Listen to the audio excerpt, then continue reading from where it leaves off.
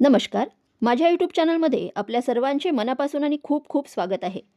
5 member family model formula. पगाराच्या आकड्यात होणार वाढ. चौपट वेतनासाठी तयार.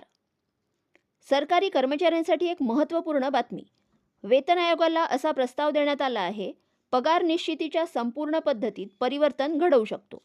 कर्मचाऱ्यांनी दिलेला हा प्रस्ताव मान्य झाला आणि त्यांची अंमलबजावणी झाल्यास कर्मचाऱ्यांच्या पगारात 4 पटींनी वाढ होणार आहे. चला तर जाणून घेऊयात सविस्तर माहिती. त्यापूर्वी चॅनलला नवीन असाल तर लाईक करायला विसरू नका, सबस्क्राईब करायला विसरू नका, नवीन अपडेटसाठी बेल आयकनला प्रेस करायला विसरू नका आणि माहिती आवडल्यास आपल्या सहकारी मित्रांना शेअर करायला देखील विसरू नका. तुम्ही सरकारचे कर्मचारी आहात किंवा तुमच्या कुटुंबातील कोणी सरकारी नोकरीत असेल तर आजकाल तुमच्या घरात 8व्या वेतन आयोगावर चर्चा होत असेल.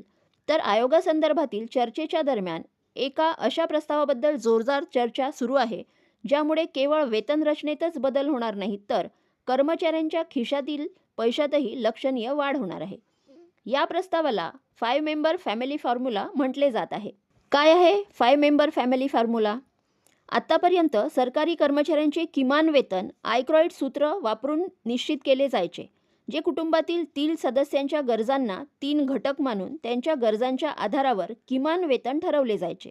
पण आता यात बदल होऊ शकतो. आतापर्यंत वेतन आयोग पगार निश्चित करण्यासाठी नव्या वेतन आयोगाला 5 सदस्यीय कुटुंबापर्यंत वाढवण्याचा प्रस्ताव दिला गेला आहे. यामध्ये कर्मचारी, पत्नी, 2 मुले आणि पालक यांचा समावेश असून एकूण 5.2 युनिट होतात. म्हणजे आता कर्मचारी केवळ आपल्या पत्नी आणि मुलांपुरताच नव्हे तर आपल्या पालकांचीही जबाबदारी असेल. अशा परिस्थितीत हा प्रस्ताव मान्य केल्यास किमान वेतनचे कॅल्क्युलेशन 3 ऐवजी 5 लोकांच्या गरजांनुसार केले जाईल, ज्यामुळे मूळ वेतनात लक्षणीय वाढ होईल. 5 सदस्यीय फॉर्म्युल्याने किती वाढणार पगार? वेतन आयोगाने 5 सदस्यीय सूत्र स्वीकारले तर फिटमेंट फॅक्टरमध्येही बदल होईल.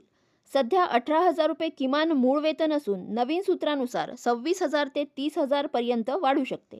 याशिवाय सध्या फिटमेंट फॅक्टर 2.57 पट असून 3.68 पट वाढू शकतो. कर्मचारी संघटनांचे म्हणणे असून महागाई भत्ता, आरोग्य सेवा खर्च आणि वृद्ध पालकांची काळजी घेणे या बाबी लक्षात घेता नवीन 5 सदस्यीय सूत्र लागू केले पाहिजे अशी मागणी आहे.